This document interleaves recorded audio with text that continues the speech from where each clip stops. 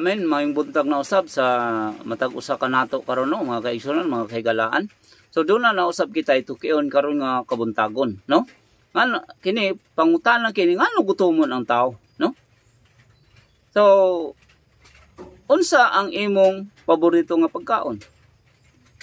Pila ka kabisis mukaon, no? Ngano man, no? Mahimong aduna kita laing-laing rason ngano nga ang mga tao o bisan ang mga mananap mibati og kagutom. Apan atong may baluan, pinaagi sa Biblia kung unsa ang tuyo sa Dios sa dihang iyang gipagutom ang iyang katawhan, no? So mao ning pangutana, no? Nganong gutomon ta, no? Kung atong basahon diha sa Deuteronomy, unsa gisulti dinhi? Deuteronomy chapter 8 verse 3.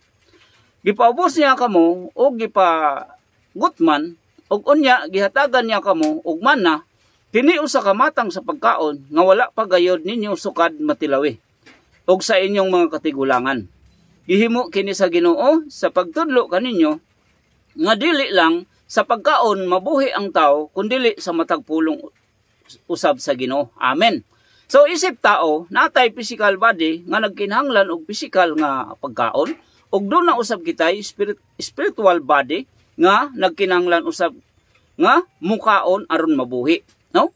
Mao di ay kining katuyuan sa Ginoo nganong bation kita gutom para ipahinumdom nato nga duna kitay espiritu nga gutomon usab nga angay usab nga pakanon. So amen. So mao di ning katuyuan nganong gutomon ta, no? So naagi di ay dahilan ang Ginoo nganong bation nato ang pagkagutom tungod kay para masabtan usab nato na dili lang ang atong pisikal nga lawas mo pakanon tungod kay duna kita espiritu nga angay usab pakanon aron mabuhi.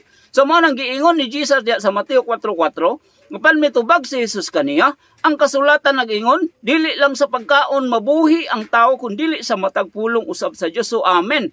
So para kinahanglan usab mabuhi atong espiritu, unsa nga ato ang kinahanglan nga ipakaon? Mao ang pulong sa Dios. So dinhi usab sa Juan chapter 6 verse 63, unsa bang giingon re?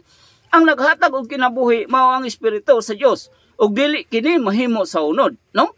Pinaagi sa mga pulong nga akong gisulti kaninyo, mabatunan ninyo ang espiritu nga naghatag sa kinabuhi. Amen.